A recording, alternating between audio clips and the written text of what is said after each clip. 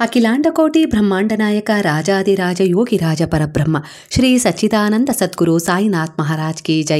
ಗುರುವಿನ ಪಾದಾರವಿಂದಗಳಿಗೆ ವಂದಿಸುತ್ತಾ ನಮಸ್ತೆ ಸ್ನೇಹಿತರೆ, ಎಲ್ಲರಿಗೂ ಗುರುವಾರದ ಬೆಳಗಿನ ಶುಭೋದಯಗಳು. ಯಾರೆಲ್ಲ ಇವತ್ತು ಹುಟ್ಟುಹಬ್ಬವನ್ನು ಆಚರಿಸ್ಕೊಳ್ತಾ ಇದ್ದೀರೋ, ಮದುವೆಯ ವಾರ್ಷಿಕೋತ್ಸವವನ್ನು ಆಚರಿಸ್ಕೊಳ್ತಾ ಇದ್ರೋ, ಹೊಸ ಕೆಲಸವನ್ನು ಶುರು ಮಾಡ್ತಿದ್ರೋ, ಎಲ್ಲರಿಗೂ ಗುರುವಿನ ಅನುಗ್ರಹ ಆಶೀರ್ವಾದ ಸಂಪೂರ್ಣವಾಗಿ ಸಿಗುತ್ತೆ. ನಾನು ಕೂಡ ನಿಮ್ಮೆಲ್ಲರಿಗೂ ಗುರುವಿನ ಅನುಗ್ರಹ ಆಶೀರ್ವಾದ ಸಂಪೂರ್ಣವಾಗಿ ಸಿಗಲಿ ಅಂತ ಹೇಳಿ ಪ್ರಾರ್ಥನೆಯನ್ನು ಮಾಡ್ಕೊಳ್ತೀನಿ ಸ್ನೇಹಿತರೆ. ಹಾಗೆ ನಾನು ನಿನ್ನೆ ಒಂದು ಗುರು ಪೂರ್ಣಿಮೆಯ ಬಗ್ಗೆ ಒಂದು ವಿಡಿಯೋವನ್ನು ಮಾಡಿದ್ನಲ್ಲ, ಅದರಲ್ಲಿ ಕಡಲೆಕಾಳಿನ ಹಾರವನ್ನು ಬಾಬಾರವರಿಗೆ ಸಮರ್ಪಣೆ ಮಾಡಿರಿ, ಮೂರ್ತಿಗಾಗಿರ್ಬೋದು, ಫೋಟೋಕ್ಕಾಗಿರ್ಬೋದು ಅಂತ ಹೇಳಿದ್ದೆ ಸ್ನೇಹಿತರೆ. ಆ ಕಡಲೆಕಾಳನ್ನು ಏನು ಮಾಡಬೇಕು ಅಂತ ಹೇಳಲೇ ಇಲ್ಲ, ಮರ್ತು ಹೋಗ್ಬಿಡ್ತು. ಹಾಗಾಗಿ ಈಗ ಹೇಳ್ತಾ ಇದ್ದೀನಿ. 6ನೇ ದಿನ ನೀವು ಅಡುಗೆಗೆ ಕೂಡ ಅದನ್ನು ಬಳಸ್ಕೊಳ್ಬೋದು ಸ್ನೇಹಿತರೆ. ಅನ್ನ ಮಾಡಬೇಕಾದ್ರೆ ಅನ್ನದಲ್ಲಿ ಹಾಕಿ, ಪಲ್ಯ ಮಾಡೋದಿದ್ರೆ ಪಲ್ಯದಲ್ಲಿ ಹಾಕಿ ಬೆರೆಸಿ ಮನೆಯವರೆಲ್ಲ ಊಟ ಮಾಡಿರಿ ಸ್ನೇಹಿತರೆ. ನಾವು ಒಂದು ಸಕಾರಾತ್ಮಕ ಭಾವದಿಂದ, ಪ್ರೇಮದಿಂದ, ಭಕ್ತಿಯಿಂದ ಅದನ್ನು ಗುರುವಿಗೆ ಸಮರ್ಪಣೆ ಮಾಡ್ತೀವಿ ಅಂದರೆ ಅದು ಅವರಿಂದ ನಮಗೆ ಸಿಗ್ತಾ ಇದೆ ಮರಳಿ ಅಂದಾಗ ಅದು ಪ್ರಸಾದವಾಗಿ ಸಿಕ್ಕಿರುತ್ತೆ ಸ್ನೇಹಿತರೆ. ಅವರ ದೈವಿಕ ಊರ್ಜೆಗಳು ಆ ಕಡಲೆಕಾಳಲ್ಲಿರ್ತವೆ. ಹಾಗಾಗಿ ನಾವು ಅದನ್ನು ಸೇವಿಸೋದ್ರಿಂದ ನಮ್ಮ ಅನಾರೋಗ್ಯದ ಸಮಸ್ಯೆ ಆಗಿರ್ಬೋದು, ಮನಸ್ಸಿನ ವಿಕಾರತೆ ಆಗಿರ್ಬೋದು, ನಕಾರಾತ್ಮಕತೆ ಆಗಿರ್ಬೋದು ದೂರ ಆಗತ್ತೆ ಸ್ನೇಹಿತರೆ. ಇದೇ ಕಾರಣದಿಂದ ತಾನೇ ನಾವು ದೇವರಿಗೆ ಅರ್ಪಣೆ ಮಾಡಿದ ಹೂಗಳನ್ನು ಪ್ರಸಾದದ ರೂಪದಲ್ಲಿ ನಾವು ಮುಡ್ಕೊಳ್ಳೋದು. ನನ್ನ ಹೆಸರು ಗಾಯತ್ರಿ, ಶ್ರೀ ಚಾನಲ್ಗೆ ಸ್ವಾಗತ ಸ್ನೇಹಿತರೆ. ಇವತ್ತು ನಾವು ಅಮಾವಾಸ್ಯೆ ದಿನ ಯಾವ ರೀತಿಯ ಪ್ರಾರ್ಥನೆಯನ್ನ ಮಾಡಿಕೊಂಡ್ರೆ ನಮ್ಮ ಇಚ್ಛೆಗಳು ಆದಷ್ಟು ಬೇಗ ಈಡೇರ್ತವೆ, ಅಮಾವಾಸ್ಯೆ ಹುಣ್ಣಿಮೆಗೆ ಆ ರೀತಿಯ ಒಂದು ಶಕ್ತಿ ಇದೆಯಾ ಅನ್ನುವ ಪ್ರಶ್ನೆಗಳಿಗೆ ಉತ್ತರ ಹೇಳ್ತಾ ಇದ್ದೀನಿ ಸ್ನೇಹಿತರೆ. ಅಮಾವಾಸ್ಯೆ ಹುಣ್ಣಿಮೆ ಕೆಟ್ಟದಲ್ವಾ? ಅಮಾವಾಸ್ಯೆ ಹುಣ್ಣಿಮೆಗೆ ಒಳ್ಳೆಯ ಊರ್ಜೆಗಳು ಇರ್ತಾವ? ಅಮಾವಾಸ್ಯೆ ಹುಣ್ಣಿಮೆಗೆ ಶಕ್ತಿ ಇದೆಯಾ? ಬರೀ ಕೇವಲ ಕೆಟ್ಟ ಶಕ್ತಿ ಇದೆಯೋ, ಒಳ್ಳೆಯ ಶಕ್ತಿಗಳು ಇದಾವ? ಅಮಾವಾಸ್ಯೆ ಹುಣ್ಣಿಮೆ ದಿನಗಳನ್ನ ಕೆಟ್ಟದಕ್ಕೋಸ್ಕರನೇ ಬಳಸ್ತಾರೋ, ಇಲ್ಲವೇ ಅದರಿಂದ ನಾವು ಏನಾದರೂ ಒಳ್ಳೆಯದನ್ನ ಪಡ್ಕೊಳ್ಬೋದಾ? ನಮ್ಮ ಜೀವನದಲ್ಲಿ ನಾವು ಏನನ್ನಾದ್ರೂ ಬಯಸ್ತಾ ಇದೀವಿ, ಆ ಇಚ್ಛೆಯನ್ನ ಈ ಅಮಾವಾಸ್ಯೆ ಹುಣ್ಣಿಮೆಯ ದಿನಗಳಲ್ಲಿ ನಾವು ಈ ಒಂದು ಪ್ರಾರ್ಥನೆಯನ್ನ ಮಾಡ್ಕೊಳ್ಳೋದ್ರಿಂದ ಅವುಗಳನ್ನ ಪಡ್ಕೊಳ್ಬೋದಾ, ಸಾಧನೆ ಮಾಡ್ಬೋದಾ ಅಂತ ಹೇಳಿ ಕೆಲವು ಗೊಂದಲಗಳಿಗೆ ಉತ್ತರ ಕೊಡ್ತಾ ಇದ್ದೀನಿ ಸ್ನೇಹಿತರೆ. ಈ ವಿಡಿಯೋವನ್ನು ಪೂರ್ಣವಾಗಿ ನೋಡಿದರೆ ಮಾತ್ರ ನಿಮಗೆ ಅರ್ಥ ಆಗುತ್ತೆ ಸ್ನೇಹಿತರೆ. ವಿಡಿಯೋ ತುಂಬ ದೊಡ್ಡದಿದೆ ಅಂತ ಹೇಳಿ ಅಂದ್ಕೊಳ್ಬೇಡ್ರಿ. ಇದರಲ್ಲಿರುವ ಪ್ರತಿಯೊಂದು ವಿಚಾರನೂ ನಿಮ್ಮ ಜೀವನಕ್ಕೆ ಸಂಬಂಧಿಸಿದ್ದಾಗಿರುತ್ತೆ. ಹಾಗೆ ಜೀವನದಲ್ಲಿ ನೀವು ಇದನ್ನು ನೋಡಿರೋದಾಗಿರುತ್ತೆ, ಕೇಳಿರೋದಾಗಿರುತ್ತೆ. ಹಾಗಾಗಿ ಈ ವಿಡಿಯೋವನ್ನು ಮಿಸ್ ಮಾಡ್ಕೊಳ್ಬೇಡಿ. ಸಮಯ ಹೆಚ್ಚಿಗೆ ಸಮಯ ಕೊಡಬೇಕಾಗತ್ತೆ ಅಂತೇಳಿ ಚಿಂತೆ ಕೂಡ ಮಾಡ್ಕೊಳ್ಬೇಡ್ರಿ. ಎಲ್ಲೋ ಆ ಕಡೆ ಈ ಕಡೆ ಒಂದೊಂದ್ಸರಿ ಮಾತಾಡ್ತಾ ಕುಳಿತುಕೊಂಡಾಗ ನಾವು ಎಷ್ಟೋ ಸಮಯವನ್ನು ಕಳೆದ್ಬಿಡ್ತೀವಲ್ವ ಅನಾವಶ್ಯಕವಾಗಿ. ಇದು ನಮಗೆ ಜೀವನಕ್ಕೆ ಒಳ್ಳೆಯ ಅಂಶಗಳನ್ನು ಕೊಡ್ತಾ ಇದೆ ಅಂದಾಗ ನಾವು ಸ್ವಲ್ಪ ಸಮಯ ಕೊಟ್ಟಾದರೂ ಇದನ್ನು ಕೇಳಬೇಕಾಗತ್ತೆ ಸ್ನೇಹಿತರೆ. ಹಾಗಾಗಿ ವಿಡಿಯೋ ಪೂರ್ಣವಾಗಿ ನೋಡ್ರಿ. ಇದರಿಂದ ನಿಮ್ಮ ಜೀವನದಲ್ಲಿ ನೀವು ಯಾವ ರೀತಿಯ ಪ್ರಾರ್ಥನೆಯನ್ನ ಮಾಡ್ಕೊಳ್ಬೇಕು, ಸಕಾರಾತ್ಮಕ ಆಲೋಚನೆಗಳನ್ನು ಮೈಗೂಡಿಸ್ಕೊಳ್ಬೇಕು, ಹಾಗೆ ನಕಾರಾತ್ಮಕತೆಯನ್ನು ನಿಮ್ಮ ಮನದಿಂದ, ಆತ್ಮದಿಂದ ಹೊರಗೆ ಹಾಕಬೇಕು ಅನ್ನೋದು ನಿಮಗೆ ಗೊತ್ತಾಗ್ತಾ ಹೋಗುತ್ತೆ ಸ್ನೇಹಿತರೆ. ಹಿಂದೆ ಕೂಡ ನಾನು ಅಮಾವಾಸ್ಯೆ ಮತ್ತು ಹುಣ್ಣಿಮೆಯ ಬಗ್ಗೆ ಒಂದು ವಿಡಿಯೋವನ್ನು ಮಾಡಿದ್ದೀನಿ. ಅಮಾವಾಸ್ಯೆ ಮತ್ತು ಹುಣ್ಣಿಮೆಯ ಹಿಂದಿನ ದಿನಗಳು ಕೂಡ ಬಹಳ ಶಕ್ತಿಯುತವಾದ ಊರ್ಜೆಗಳನ್ನು ಹೊಂದಿರ್ತವೆ ಸ್ನೇಹಿತರೆ. ಅಮಾವಾಸ್ಯೆ ಮತ್ತು ಹುಣ್ಣಿಮೆಯ ದಿನಗಳಲ್ಲಿ ಭೂಮಿಗೆ ಅತ್ಯಂತ ಆಕರ್ಷಣ ಶಕ್ತಿ ಇರುತ್ತೆ.